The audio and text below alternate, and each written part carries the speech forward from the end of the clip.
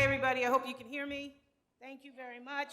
It is an honor, an absolute honor to be standing here today in a building that didn't exist when I was a student here and president of the Black Student Center back in the early 90s. So we're talking decades. Many of you probably were not even born. But it's a beautiful campus. I couldn't even find the parking garage. I couldn't figure out how to get myself from over there to here.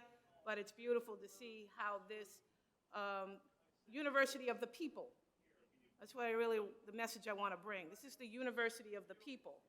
So if you're attending this university as the people, where are you guys from? Yeah, are you, right here? Okay, cool. Welcome to Black Lives Matter Day. Glad you came. Yeah, nice. And your students, right? Beautiful. Any other students in the room?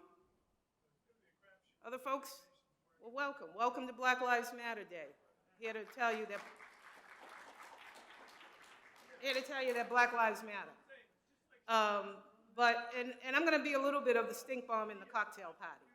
I want to thank Sagoon, Black Economic Alliance, for their incredible economic development work that they're doing in around the city of Boston. Much needed, critical work. But I'm going to get down to business and talk about what's really happening in the Commonwealth of Massachusetts and the city of Boston, and why we need to care and why we need to pay attention, and how it's directly related to Black lives. Again, my name is Andrea James, and Dr. Kamara, I don't see him in the room, but I wanted to just shout him out. Dr. Kamara is a legend. He is a scholar. We would not have an Africana Studies department without him. And so I really just wanted to send love to him. If anybody sees him later on, please let him know how much we love and respect and care about him. So again, if you look at this picture behind me, that was 29 years ago. I was the student president of the Black Student Center right here at UMass. Our office was over in Wheatley. And a verdict came out. I'm a walker, so I'm going to have a real hard problem. I'm a former trial lawyer, and I walk and I give my information. So to stand at this podium is going to be really challenging for me, but I'm going to try. That photo, that's me.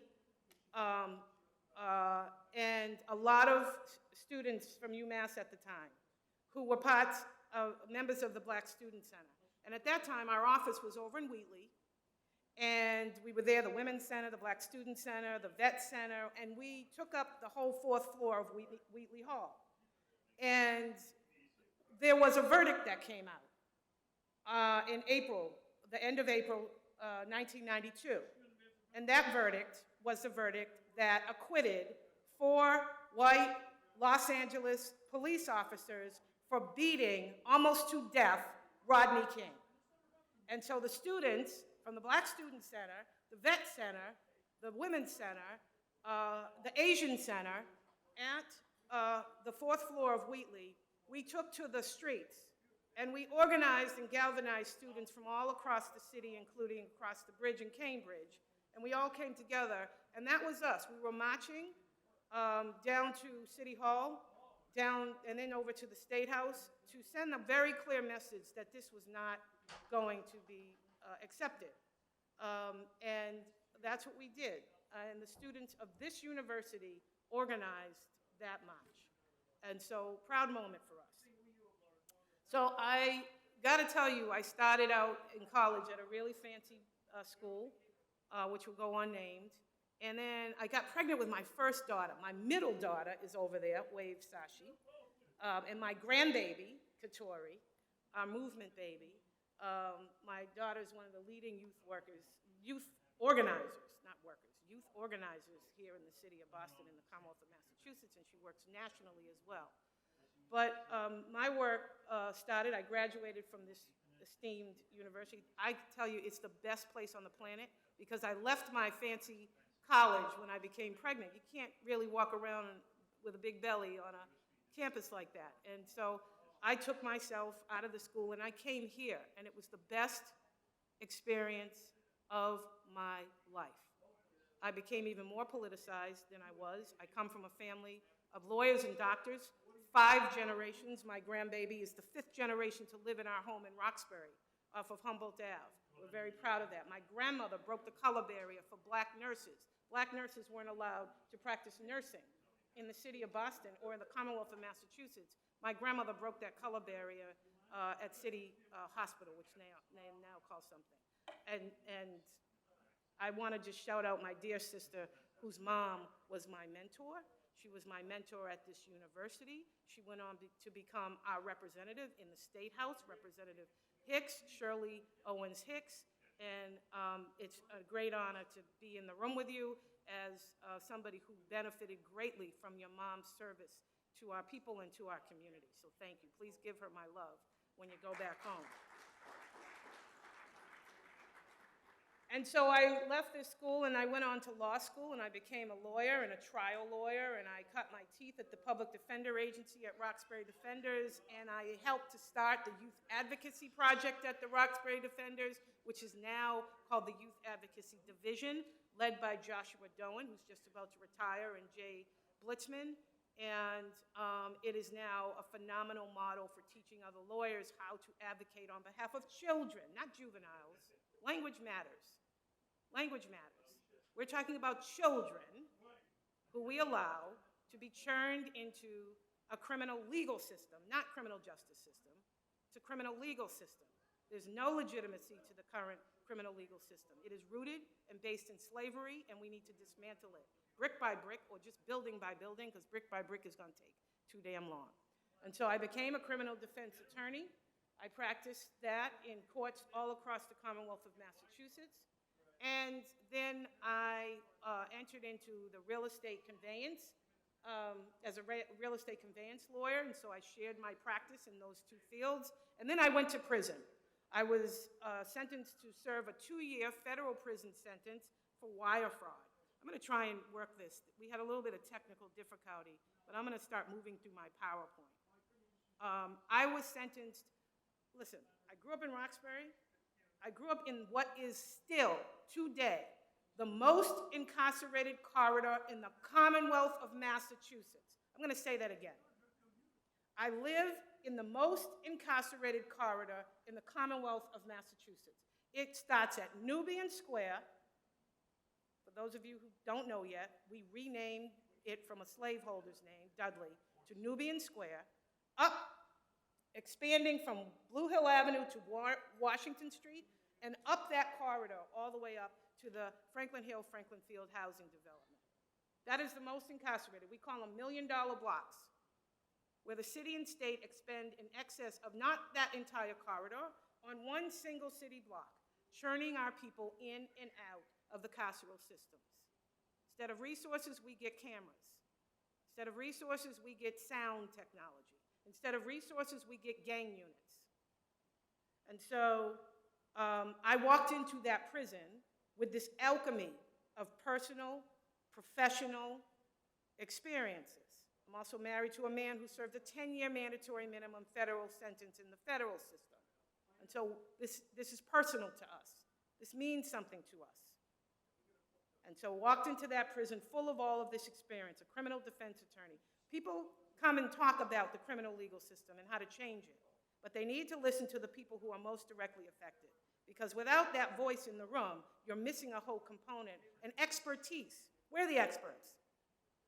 I don't know many people who have had the experience and touched the system in the ways that I have as a person growing up in the most incarcerated corridor, as a woman who became and raised my children there, as a woman who became a criminal defense attorney, and then as a woman who became an incarcerated woman. Without that last piece, you're missing it. You're missing it. So you might have heard Stacey Borden earlier today, one of the experts in our place, Stacey Borden from New Beginnings. We're going to talk a little bit more about that in a little bit. But here we are at UMass. So I walked into this federal prison. I have no idea how to use this thing now that. Oh, by the way, why this is still important? So this was us this morning. You saw us 29 years ago. This was us this morning. Does anybody know where that is? Mass and Cass. the most inhumane humanitarian crisis on the planet, where the mayor, the governor, the city agencies want us to believe that this just happened overnight and that it turned into a humanitarian crisis overnight, and that the only thing we can do is allow Sheriff Tompkins, a sheriff who 4 people have died in his prison over the last few months with no transparency and no answers to the family, allowing him to open up the jail, create a pop-up courtroom, and arrest everybody en masse and caste and bring them into a pop-up courtroom and then incarcerate them in that county jail. This is what we're up against. This is the reality of what we're facing in the city of Boston and in the Commonwealth of Massachusetts. These are our some of our team members who show up. They were down there, led by Sashi, early this morning to protest this, to have it documented, that there are people who know that this is not right, that this is a further injustice.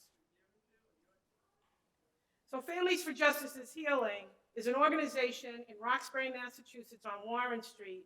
We're led by, I founded this organization inside of a federal prison, where this is the federal prison where I went. I was sentenced in 2009, and I spent 2 years from 2010 and 11 in that prison. At the time, my older daughters were, Sashi was in college. Our oldest daughter was out of school, and my youngest baby girl was 12. She just graduated from Spelman. And my baby boy, my last child, we call him Lucky, because I had him at 45, and he's damn lucky to be here, was at the time 5 months old. Just turning 6 months when I was forced to go to prison. And I walked into a prison trying to figure out how to live in a federal prison, crammed full of Black women. And I had to figure out, how do I navigate through that experience for 24 months and survive that experience for 24 months? I walked into a prison crammed full of Black women who were serving drug federal sentences that had already been there for 24 years. The average sentence for these women, all mothers, who had been separated from their children, from communities all around the country and some out of the country, the average sentence was a 10-year mandatory minimum sentence, and it went up from there. And so we sat in that prison. We sat in Danbury, federal prison, and we started to organize ourselves. In 2010, there were some significant things going on that elevated the dialogue around the need to end what we called mass incarceration at the time. One, Michelle Alexander, my dear comrade, her book came out. Anybody know the name of Michelle Alexander's book? If you don't know, please read it. Michelle Alexander's book is called The New Jim Crow. Look it up, okay? Read the book. If you don't read, put on some headphones, it's on audio.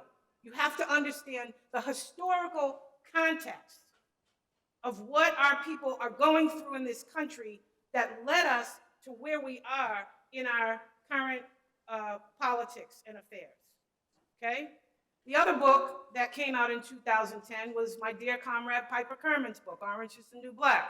I didn't know Piper at the time. Piper had come and gone through the prison long before I got there. But we move around the country a lot together now, raising awareness about the need to end incarceration of women and girls. Piper's book was a very narrow focus about what it was like for a wealthier white woman to spend the time that she spent in prison. But she is a fierce, fierce advocate. Piper and I worked under the Obama administration and were helpful in pushing out more than 50 women serving life sentences under President Obama's clemency campaign. And it all started here. And we started an organization that is alive and well right over on Warren Street called Families for Justice as Healing, to really amplify and elevate. The other thing, most important to talk about, is the other major thing that came out was this scathing journalistic report from the Center for Media Democracy that Democracy Now! Covered. And that report was about ALEC, the American Legislative Exchange Council, funded by the Koch brothers, funded by a billionaire network of libertarians who were hyper conservative and who built the infrastructure for mass incarceration.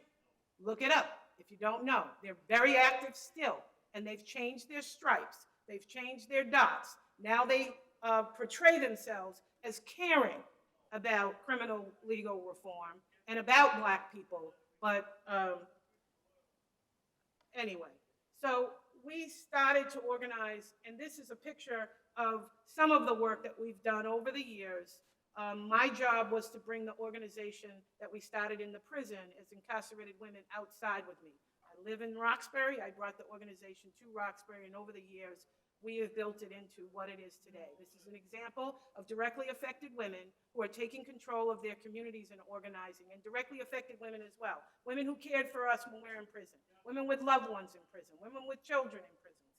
And so, let me see, oh, that works better. And we also have this massive volunteer base, lots and lots of people, majority white folks who don't live in the most incarcerated corridor in the Commonwealth of Massachusetts, wealthier white folks who live around the Commonwealth all across the state, who understand that this is wrong, our current criminal legal system, that it needs to change, and the disparate impact, intentional disparate impact that it's having on people needs to change. And so we have this massive statewide coalition that is also connected to a coalition throughout the New England states called Building Up People, Not Prisons. Here is one of the protests that we did over the summer. Why? Because the governor of Massachusetts is planning to build a new $50 million women's prison. In Massachusetts, we have one of the lowest incarceration populations of women in the country. There are currently 134 women sitting in the state prison at Framingham here in Massachusetts, but our governor is determined to build a new, just shovel to the ground, $50 million women's prison, knowing that it will cost millions more. This is bond revenue. Everybody who pays taxes, y'all gonna be paying this back if this happens, but it shall not happen. But that's the intent of the Massachusetts state governor right now. Nobody supports it, nobody understands it, there's no reason for it, and it's just probably just giving somebody finally a payback that's owed to them. I wanna play this for you so that you can see. In the front, what's most important to us is that we build leadership in the children living and the girls living in the most directly affected neighborhoods. And you're gonna hear Brianna, one of our youth leaders, leading this march that we did from the western part of the state, from Springfield and Worcester, a 7-day march to the State House to raise awareness in the state about the need for all of us to stop the building of this new women's prison.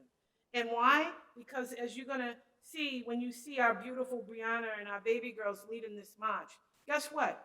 When you tell people in the most incarcerated corridor in the Commonwealth of Massachusetts that you're building a new women's prison that disproportionately affects Black women, you're telling us that you intend on building it for our children, for my grandbaby. And guess what? That's not gonna happen. So I'll play this really quickly and we'll move on. Sign the moratorium bill! Sign the moratorium bill! No new prisons! No new prisons! No new jails! No new jails! Invest in our communities! Invest in our communities! Sign the moratorium bill! Sign the moratorium bill! No new prisons! No new prisons! No new jails! No new jails! Invest in our communities! Invest in our communities! Sign the moratorium bill! Sign the moratorium bill! Sign the moratorium! So that's Bree Bree. She's one of our youth leaders who is intent. She is leading this work, determined to stop this new women's prison. Down in front of me, you're going to see the signs. The bill that we wrote, the only recourse we have is to stop the prison building. And we wrote a bill called the Jail Prison Construction Moratorium Bill that when we pass it, it's in the legislature right now, and we need you all to contact your representatives and make sure that they are working to pass this bill. When this bill passes, it will knock the legs out from any prison building or jail building for 5 years to give us an opportunity to continue our work. Families for Justice as Healing is connected to a massive massive national organization that I currently lead now. Mallory Honora and Sashi are the leaders of our EFTR work in Roxbury, and I lead the National Council for Incarcerated and Formerly Incarcerated Women and Girls. This is a standout. We had 100 women in 100 days encouraging President Biden on his inauguration day to commute the sentences of 100 women. We know here in Massachusetts that a prison will never be a place for a woman or girl to heal and advance her life. Massachusetts is one of the lowest rates of incarceration of women in the country, yet still the state is moving forward to build a new women's prison at the starting cost of $50 million for just now 134 women. While the incarceration, and I want you to hear this, the incarceration population in Massachusetts has decreased 21%. Spending on incarceration has increased 25%.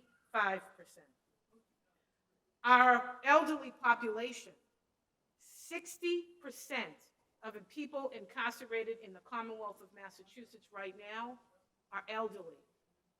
Women at Framingham have dementia. They are terminally ill. They have cancer. They don't know why they are even there, some of them. They are old, they are sick, they have been, they fit into a category that we call long-timers. Why? Because they've been in prison, like Miss Angie, for going on 30 years. There is absolutely no reason or purpose for keeping somebody in prison for that length of time and spending the money, which is about now $150,000 a year to incarcerate a woman in the state prison in Framingham. Large majority of incarcerated women are poor. They have serious health challenges.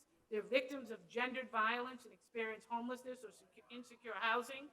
All of these factors increase risk of incarceration. For $50 million, the Commonwealth can fund significant and meaningful things to help women secure housing, rise out of poverty, and receive ongoing medical treatment, thereby addressing the root causes of incarceration. Prison is not an appropriate or effective setting for medical, substance use, or mental health treatment, despite vague, unsubstantiated public statements by the Department of Correction officials that the new prison will be trauma-informed and have trauma-informed design.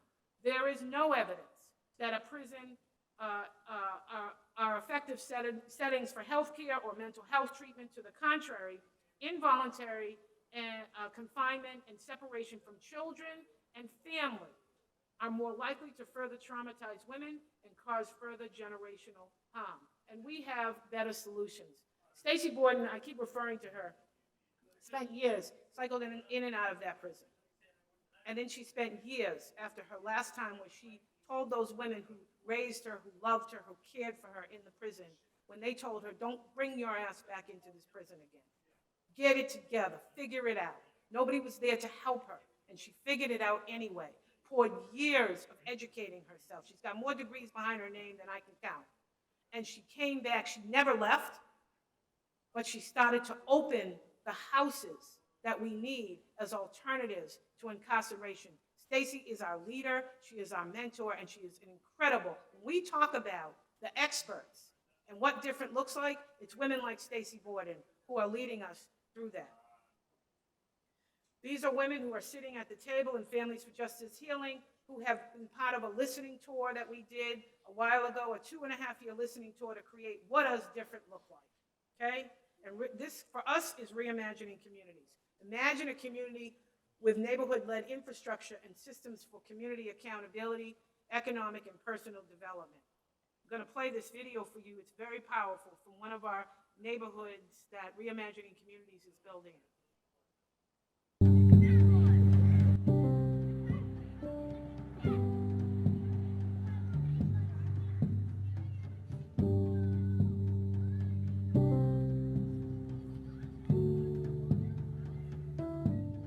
I was born and raised, grew up right here in Maxwell Street, and growing up, we kind of fend for ourselves, and we didn't have people doing this for us.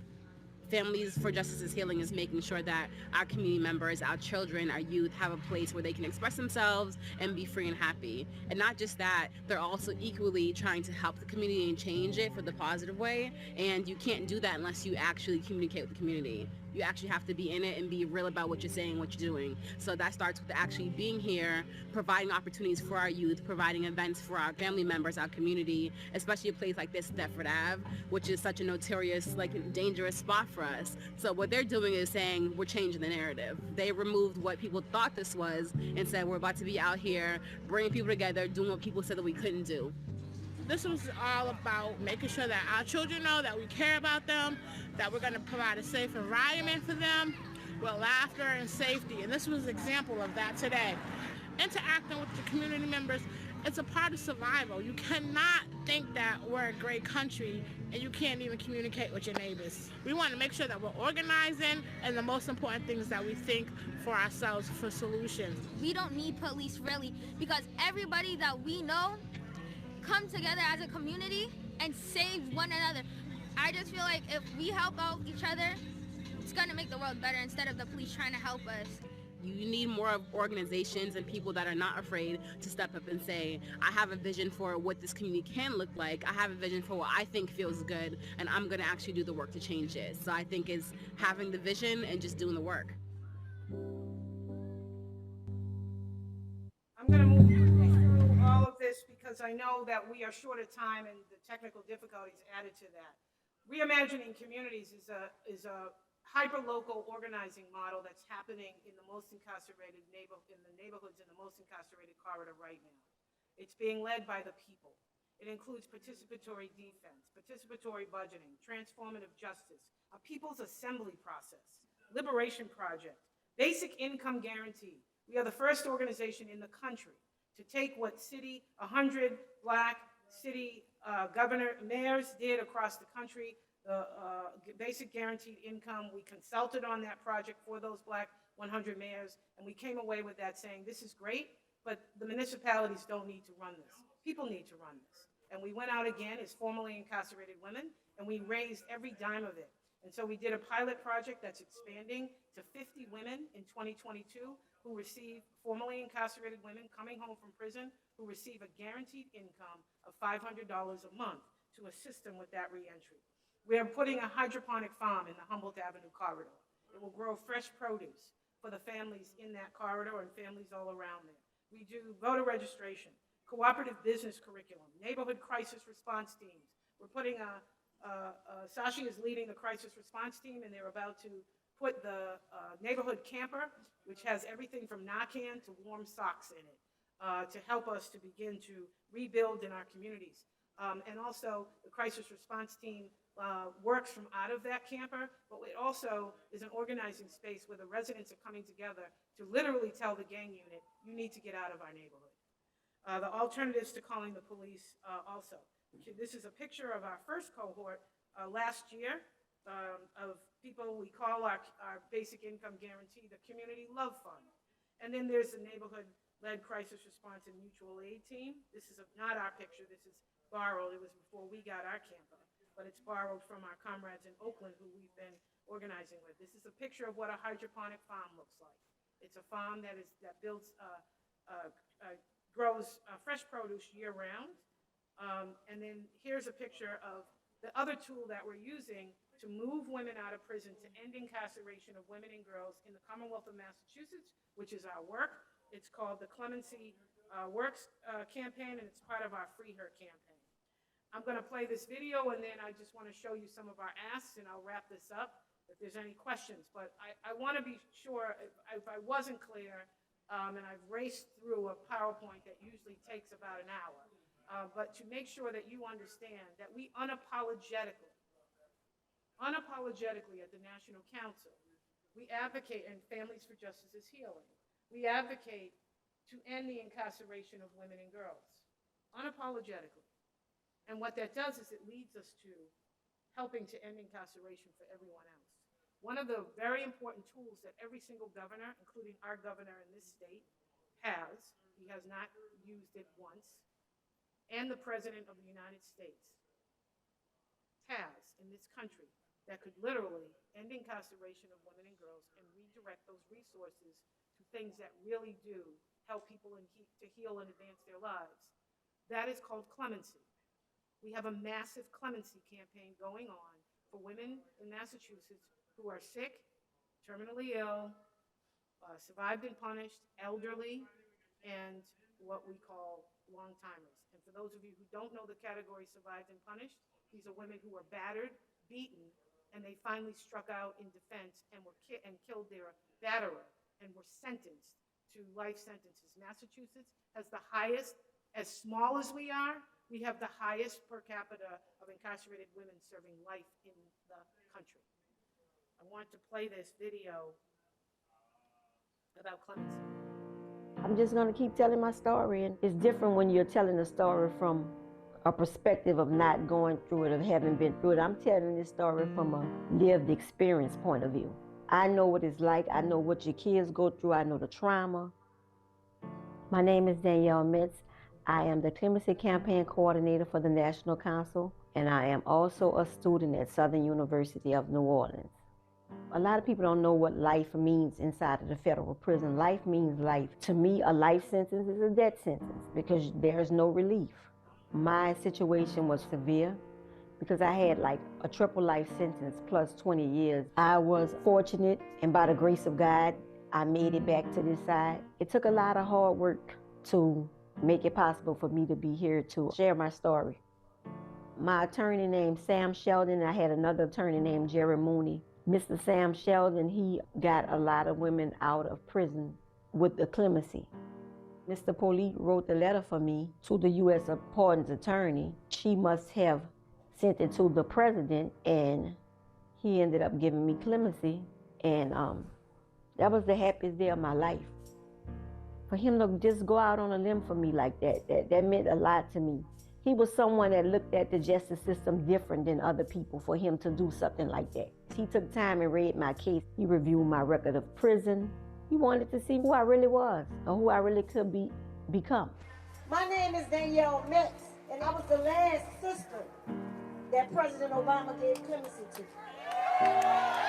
She has mentored other young women that have made mistakes and ended up in her same position.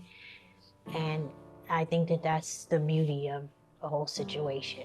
Maybe God saw fit that I was strong enough as well that I didn't necessarily have to have my mom all those years, but there were other women that did. I'm Mikkel West, and I'm Michelle West's daughter. My mom was incarcerated when I was 10 years old for a drug conspiracy case, and she's serving 2 life sentences and 50 years. At 10 years old, when I came home and the feds had ransacked my grandmother's house and tore everything apart, that was when I learned what my purpose was in life. And that was to set an example for children with incarcerated parents. And my mom, she just deserves an opportunity, and we gotta forgive, and we have to move forward.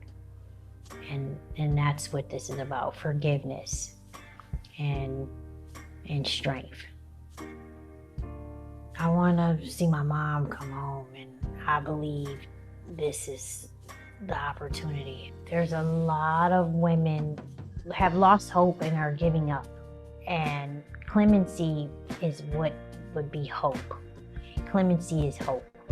Clemency is a second opportunity. Clemency is a second chance that we're all deserving of at least once in our life. It's a time for healing, and we can start here. You know, we can start with the clemency. And let's start with the first 100 women. It is important to grant these 100 women clemency because they're no different from me. They deserve a second chance. I think that this 100 women is just the beginning of hundreds of thousands of women. We're asking President Biden to grant clemency to 100 women in his first 100 days. They served enough time. You know, let's change this. You know, it's time for healing and, you know, real humanity.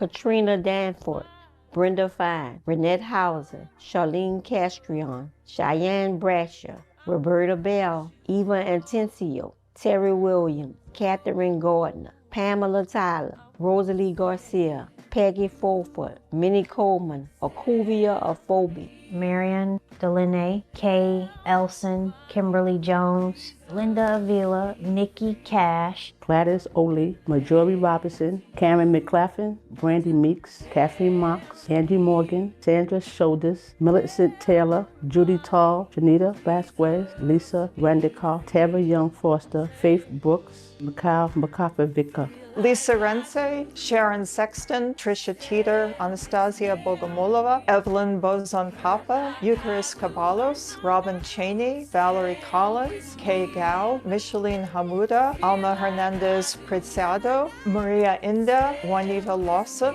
Donna Munda, Stacy Weisschadel, Jessica Fritz, Jessica Antunes, Michelle Duval, PJ Rodriguez. Betty Schweigert, Pamela Tablet, Lisa Tony, Joyce Allen, Alicia Escobar, Viola Carolyn Tren, Elaine Young, Rosie Baker, Teresa Shine, Tina Courtley, Sandra Cook, Veronica Dale, Latanya Davis, Deborah Drumley. Mercedes Salazar, Valenzuela, Marion Morgan, Yolanda Morton, Liz Ordaz, Corthea Peak, Lena Roberts, Kimberly Robinson, Vicki Sanders, Robin Bertelli, Eva Buck, Rita Cronwell, Doris Foster, Gail McNamara, Precious Rogers. Ade Tutu Etty, Martha Evanoff, Josephine Gray, Amy Gonzalez, Maria Juvara, Sandra Carr, Polly Hopper, Nina Iro, Tammy Yanacek, Cheryl Jealous of Him, Janice Kalin, Donna Langen, Kathleen Matthews, Valerie Lowe, Tammy Miller, Stella Nickel, Rebecca Parrott, Larissa Sakhansky, Angela Shavlowski, Monique Brady, Amelie Ellis, Conchetta Jackson, Christina Corbet, Marie Mason. Free My Mom, Michelle West.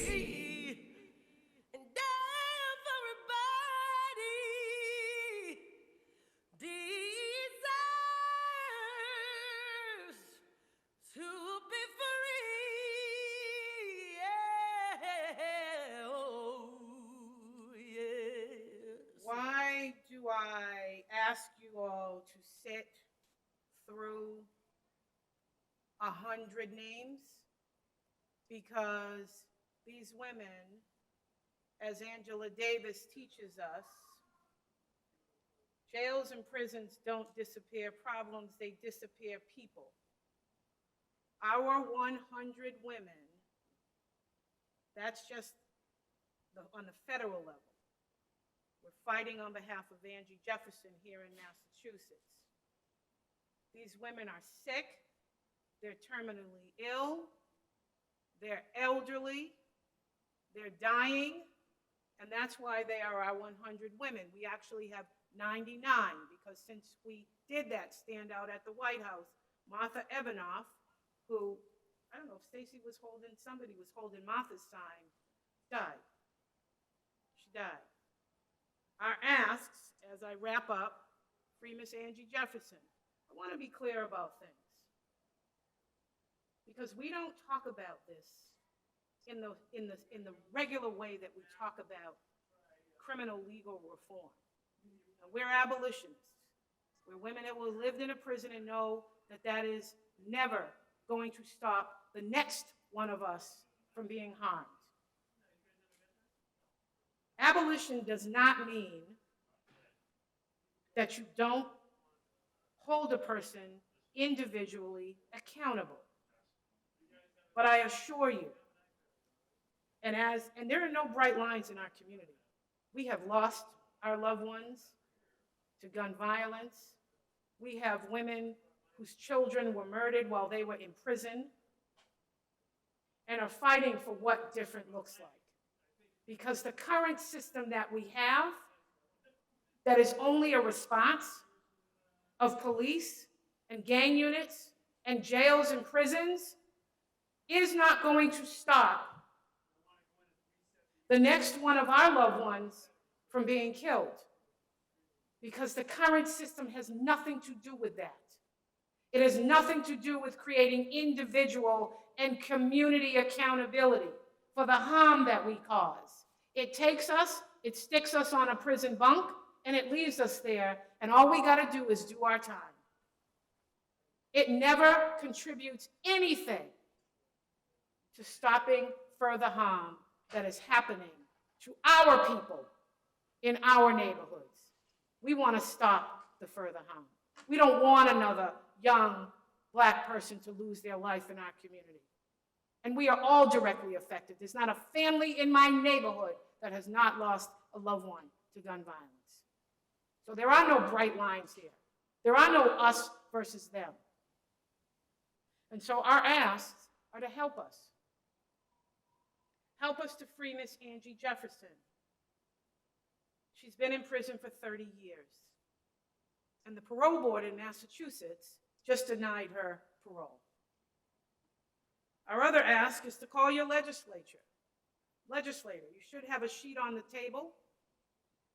It's very important. If you vote in Massachusetts, find out who your representative and your state senator is and call them and make sure that they are working to support and to pass the jail and prison construction moratorium.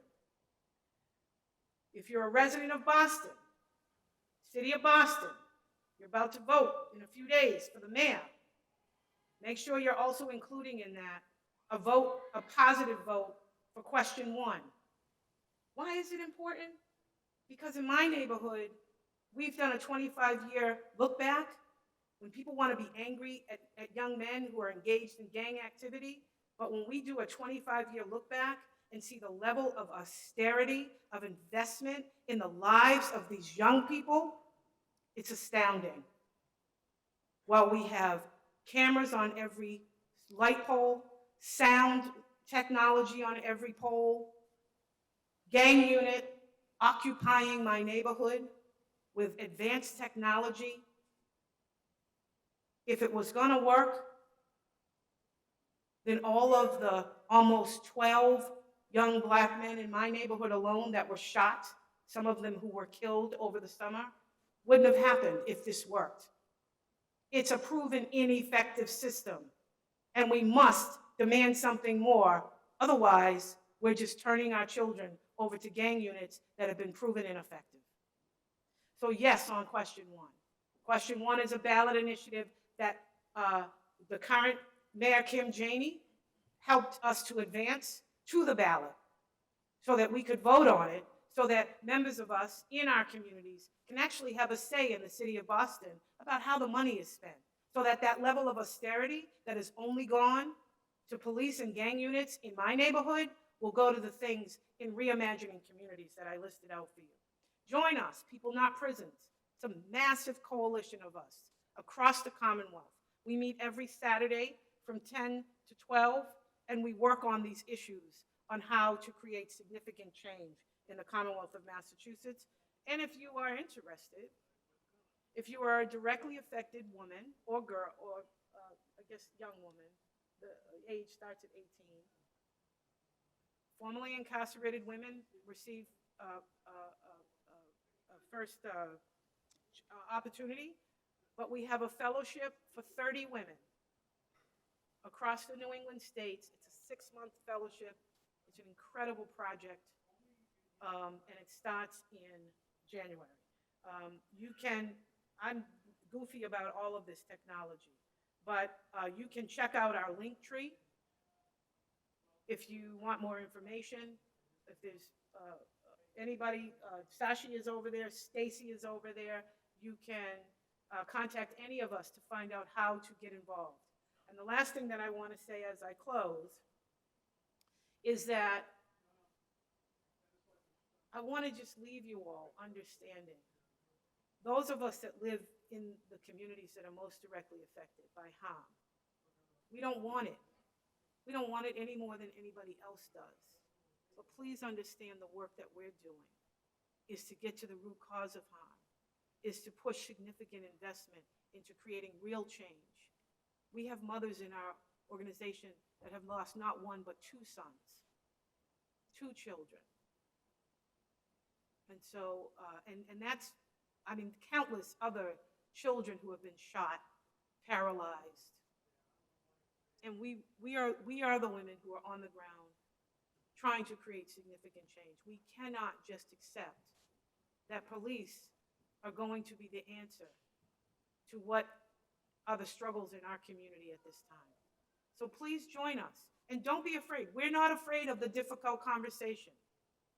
We're not afraid to open the dialogue and have very meaningful conversations with people who have lost loved ones, people who are victims of their loved ones being murdered, or they're victims themselves of harm or violence. We all are, every single one of us. And we want to start to create a shift to really get to what different looks like. So I'm all over the place with this. I've jumped around to try and cram in a whole bunch of information. I appreciate your patience. You're a small group, but it only takes a few people, a handful of people, to make a concerted difference. So thank you very much for this opportunity.